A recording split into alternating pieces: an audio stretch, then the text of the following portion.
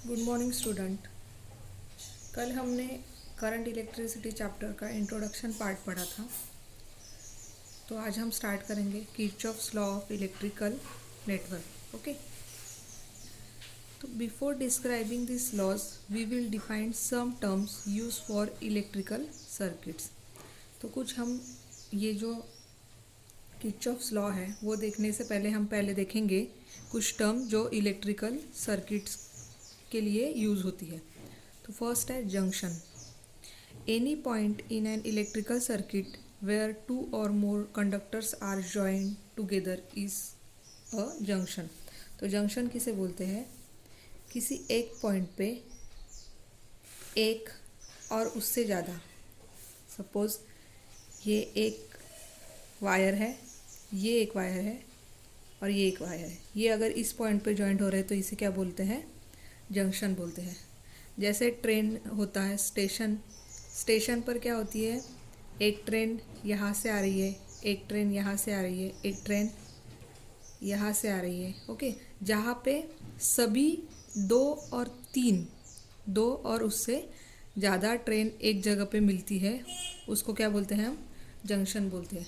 Okay, उसके बाद देखेंगे लूप है any close conducting path in an electric network is called a loop और मेश। तो लूप क्या बोलते हैं कि अगर इस जगह से एक वायर निकल रही है और वो उसी जगह पे आके क्या हो रही है?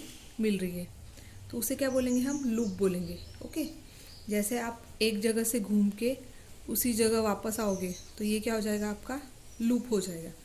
ठीक है, उसके बाद क्या दिया है? Branch. A branch is any part of the network that lies between two junction.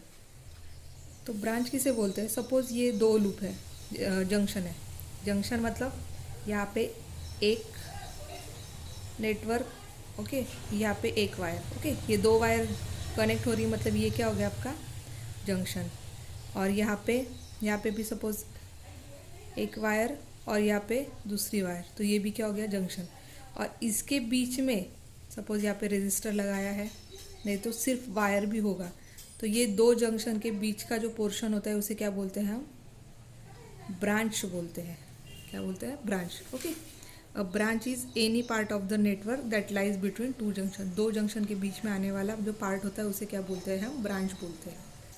तो देखो 9.1 फिगर में यहाँ पे जो डायग्राम दिया है वहाँ पे देयर आर टू जंक्शंस। यहाँ पे कितने जंक्शन है? Two junctions labelled A and B. तो यहाँ पे देखो ए और बी, यहाँ पे ए और बी क्या है? जंक्शन है, क्योंकि ए पॉइंट पे क्या हो रहा है? यहाँ से एक वायर है, ओके, रेजिस्टर का जो ये एक वायर, यहाँ से एक और यहाँ से एक, तो ये क्या हो गया? तीन जो पार्ट है, ओके, थ्री कंडक्टर्स यहाँ पे क्या हो रहे हैं? ज्वाइंट हो रहे हैं, इसलिए ए क्या हो गया? जंक्शन हो गया।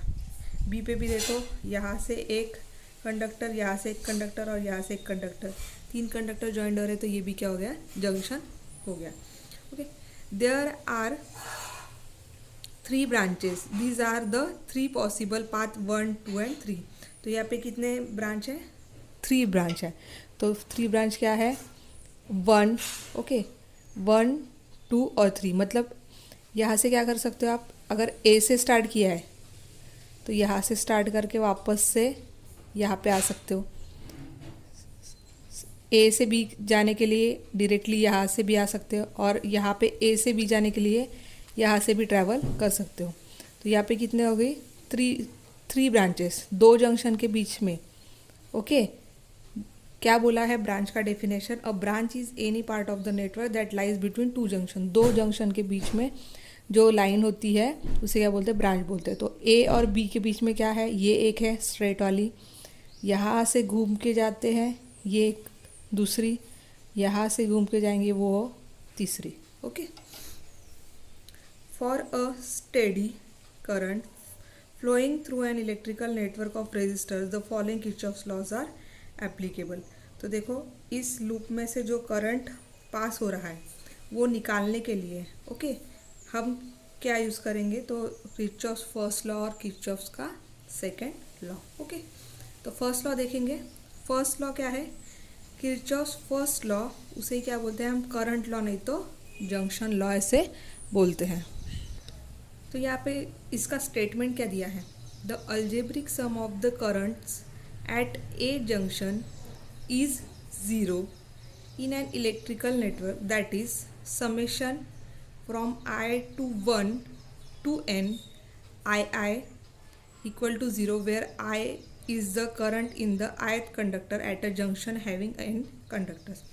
तो यहाँ पे सिंपली क्या बोला है कि एक जंक्शन पे, ये क्या है, जंक्शन है, नहीं तो इसे पॉइंट बोल सकते हो। ओके, सपोज इस पॉइंट में जितना करंट आ रहा है और जा रहा है, ओके, ये जो एरो दिए हैं, सपोज ये ऐसे एरो दिए हैं यहाँ पे,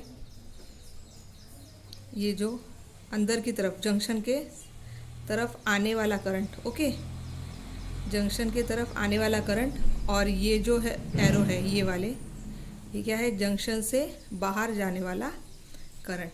तो क्या बोला है, algebraic sum of the currents at a junction is zero. तो इस जंक्शन पे जो भी करंट आता है और जाता है उसका सबका टोटल जो करंट होता है वो क्या होता है, ज़ीरो होता है। क्योंकि देखो सपोज इसे हम देंगे I1, I2, I3 और ये हो जाएगा I4, I5 और I6। ओके, तो इसको लिखते समय क्या लिखेंगे हम, I1 क्या हो रहा है, जंक्शन की तरफ आ रहा है, मतलब इसको I1 प्लस I2 क्या हो रहा है, जंक्शन की तरफ आ रहा है, मतलब प्लस I2। इसके साथ क्या हो रहा है, वो मिल रहा है ना, ऐड हो रहा है, मतलब हम क्या करेंगे, प्लस करेंगे। प्लस ये I3 करंट भी क्या हो रहा है, जंक्शन की तरफ आ रहा है, मतलब हम इसे क्या लिखेंगे, प्लस I3। अभी I4 करंट जो है वो क्या है, जंक्शन से बाहर की तरफ जा रहा है, मतलब ये यहाँ से क्या हो रहा है, माइनस हो रहा है, इसे लिखेंगे हम माइनस I4। इसे क्या लिखेंगे हम, माइनस I4। वापस से ये जो I5 करंट है वो भी क्या है, जंक्शन से बाहर जा रहा है, मतलब हम इसे क्या लिखेंगे, माइनस I5। वापस से ये जो करंट है ये क्या होगा, I6 करंट भी क्या है, जंक्शन से बाहर जा रहा है, तो I6 माइनस इक्वल टू क्या हो जाएगा, zero.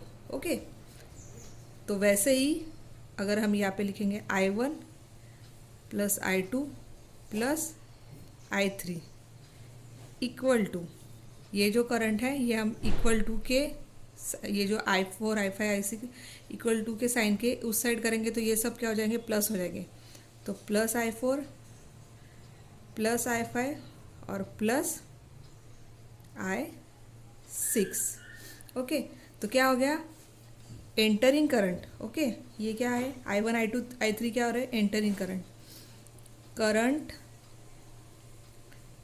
Enter towards junction, towards junction मतलब जंक्शन की तरफ आने वाला करंट इक्वल टू क्या है, current going outwards from the junction. Okay, तो एंटरिंग करंट इक्वल टू क्या हो गया, आउटगोइंग करंट हो गया। तो ऑब्वियसली क्या होगा, जितना करंट आ रहा है उतना करंट वापस जा रहा है, मतलब जंक्शन पे जो करंट का सम होगा वो क्या होगा, ज़ीरो होगा। तो फर्स्ट लॉ यही कहता है, the algebraic sum of the current, मतलब सब करंट का जो अलजेब्रिक सम होता है जंक्शन पे वो क्या होता है, ज़ीरो होता है। तो हम उसे कैसे लिखते हैं, समेशन ऑफ, समेशन मतलब सब करंट का मिलके, summation I current equal to 1। अभी कितना करंट है वो पता है क्या हमें, नहीं, 1 2 3 4 यहाँ पे 6 दिए हैं, 7 8 जितने होंगे उतने। I इक्वल टू 1, I किसके लिए, करंट के लिए, और n तक जितना होगा 8 9 10, तो यहाँ पे वो वैल्यू हम डालेंगे। ओके, और ये क्या है, I तो यहाँ पे I1 I2 I3 ऐसे होगा इक्वल टू 0। मतलब इसमें वैल्यू डालते समय कैसे करोगे आप, सपोज़ कितने करंट है, 10 है, तो I इक्वल टू 1 to 10, तो यहाँ पे क्या होगा, I1 plus I2 plus I3 minus होगा तो माइनस इक्वल टू क्या आएगा, 0। ओके, तो ये फॉर्मूला है। तो ये आपका फर्स्ट किरचॉफ्स का फर्स्ट लॉ हो गया। current entering, thus the total current flowing towards the junction is equal to the total current flowing away from the junction. Okay. तो यहाँ पे देखो एग्जाम्पल नंबर 9.1 दिया है, जहाँ पे हमें क्या निकालना है, figure shows current in a part of electrical circuit, find the current x. तो यहाँ पे क्या करना है, हम एक्स का वैल्यू निकालना है। ये एक्स इक्वल टू क्या दिया है, I6 दिया है। ओके, तो यहाँ पे स्टार्टिंग पॉइंट क्या दिया है, O। ओके, तो यहाँ O पॉइंट से जो निकल रहा है करंट वो कितना है, 17 एम्पियर। ये क्या है, 17 एम्पियर, और उसको हमने क्या नाम दिया है, I1। ओके, और यहाँ पे देखो ये जो बी जंक्शन है, बी जंक्शन से ये जो करंट हो रहा है वो कहाँ पे स्प्लिट हो रहा है, 3I2 पे। ओके, ये देखो 3 एम्पियर इतना करंट कहाँ पे जा रहा है, I2 पे। ओके, और यहाँ पे आके जो बचा हुआ करंट है, अभी बचा हुआ करंट जो है वो क्या है, I3 नाम दिया है उसको। और यहाँ पे कौन सा जंक्शन आ रहा है, सी जंक्शन। तो सी जंक्शन के तरफ ये करंट आ रहा है। ये जो 2 एम्पियर इतना करंट है वो क्या है, एंटरिंग टूवर्ड्स द जंक्शन है ना। तो ये हो गया आपका I4। तो ये हो गया आपका I4, और इसके बाद सी से लेके यहाँ पे क्या आ रहा है, ये I4 हो गया।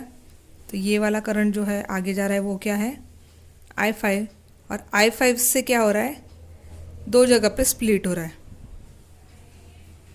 तो ये है x equal to I6,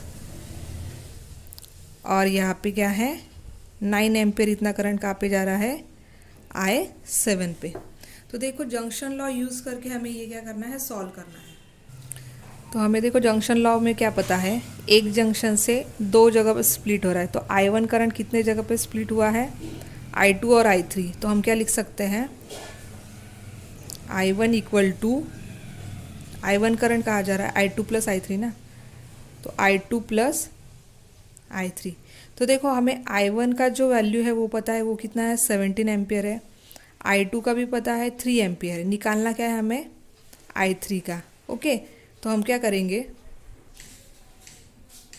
I3 निकालना है ना। तो I1 माइनस ये अगर I2 करेंगे इक्वल टू क्या मिल जाएगा हमें, I3। ओके, तो I1 करंट कितना है हमारे पास, 17 एम्पियर, माइनस I2 कितना है, 3 एम्पियर, इक्वल टू क्या हो जाएगा आपका, I3। तो बचा कितना यहाँ पे, 14 ampere equal to I3। Okay, तो इसमें से कौन सा करंट जा रहा है, कितना करंट जा रहा है, 14 एम्पियर इतना करंट जा रहा है। अभी देखो 14 एम्पियर करंट है, तो ये क्या है, अभी देखो मैंने यहाँ पे माइनस क्यों किया है। फर्स्ट तो देखो ये करंट आ रहा है यहाँ से, I1 17 एम्पियर इतना करंट आ रहा है। यहाँ से ये क्या हो रहा है, जंक्शन से बाहर की तरफ जा रहा है। ओके, जंक्शन से बाहर की तरफ जा रहा है मतलब क्या लेते हैं हम, माइनस। इसलिए मैंने क्या किया, I1 माइनस I2, तो क्या मिल गया मुझे, I3। तो अभी देखो I3 करंट में कितना बोला मैंने, 14 एम्पियर मिला। तो 14 एम्पियर, और यहाँ से I4 क्या हो रहा है, towards the junction. Towards the junction होता है तो हम क्या लेते हैं, प्लस लेते हैं। जैसे यहाँ पे देखा था हमने, टूवर्ड्स द जंक्शन रहेगा तो हम क्या लेंगे, प्लस साइन लेंगे। ठीक है, तो यहाँ पे I3 प्लस क्या लेंगे, I4। Okay, I3 plus I4 equal to क्या हो जाएगा फिर, I5। तो इक्वल टू क्या हो जाएगा, I5। तो I3 करंट कितना निकाला हमने, 14 एम्पियर। सो 14 एम्पियर प्लस I4 करंट कितना है, 2 एम्पियर, इक्वल टू क्या लिखेंगे, I5। तो कितना हो जाएगा, 14 plus 2, 16 ampere equal to I5। तो I5 में से कितना करंट जा रहा है, 16 एम्पियर इतना करंट जा रहा है। तो 16 एम्पियर करंट क्या हो रहा है, यहाँ पे 2 पार्ट में डिवाइड हो रहा है, यहाँ पे I6 और यहाँ पे I7। ओके, तो हम क्या करेंगे, I5 equal to, okay, I5 equal to क्या लिखेंगे, ये दोनों करंट क्या है, जंक्शन से बाहर की तरफ जा रहे हैं, तो हम क्या लिखेंगे, इसको हम I6 प्लस I7 ऐसा लिख सकते हैं, क्योंकि ये क्या हो रहा है, दोनों मिलके I5 है ना, I5 में से जो करंट है 16 एम्पियर जो करंट है वो क्या हो रहा है, इसमें डिवाइड हो रहा है, बराबर है। तो यहाँ पे हम इसका एडिशन लेंगे तो I5 इक्वल टू कितना है, 16 एम्पियर इक्वल टू I6 हमें निकालना है। सो I6 प्लस ये क्या है 9 एम्पियर, तो हम क्या करेंगे 16 ampere minus 9 ampere equal to क्या हो जाएगा I6। तो ये हमारा कितना आ जाएगा 7 एम्पियर इक्वल टू I6। तो I6 इक्वल टू कितना हो गया 7 एम्पियर, इतना करंट यहाँ पे जाएगा। ओके, वापस से बताती हूँ, देखो जंक्शन लॉ यूज़ किया हमने, बाकी कुछ नहीं किया है। जैसे जैसे हमें ब्रांचेस निकलती है वैसे वैसे हमें ऐड और सब्सट्रैक्ट करते जाना है। ओके, 17 एम्पियर इतना करंट I1 में से जा रहा है, तो I1 में से ये क्या हो गया, यहाँ से चला गया, जा रहा है मतलब इसको ऑब्वियस क्या करना पड़ेगा, हमें माइनस करना पड़ेगा। 17 में से 3 चला गया तो कितना बचा आपका 14, तो 14 एम्पियर करंट क्या जा रहा है, नीचे आ रहा है। ओके, तो 14 एम्पियर करंट यहाँ से वापस सी जंक्शन पे आ गया। 14 एम्पियर करंट में ये जो 2 एम्पियर करंट है ये क्या है, टूवर्ड्स द जंक्शन है, इसका एरो यहाँ पे, इसलिए हमने क्या कर दिया 14 में 2 ऐड कर दिया, तो क्या हो जाएगा आपका 16 एम्पियर। तो 16 एम्पियर करंट यहाँ पे आया है, तो 16 एम्पियर करंट दो पार्ट में डिवाइड हो रहा है, तो 16 एम्पियर में से 9 एम्पियर करंट यहाँ आ जा रहा है, तो मतलब 16 में से 9 माइनस करोगे तो क्या बचेगा 7 एम्पियर। तो 7 एम्पियर करंट कहाँ जा रहा है, यहाँ पे। तो I6 इक्वल टू क्या हो गया 7 एम्पियर, इतना करंट आया है। तो जब भी ऐसे एग्जाम्पल आएंगे तो इसी टाइप से सॉल्व करना है।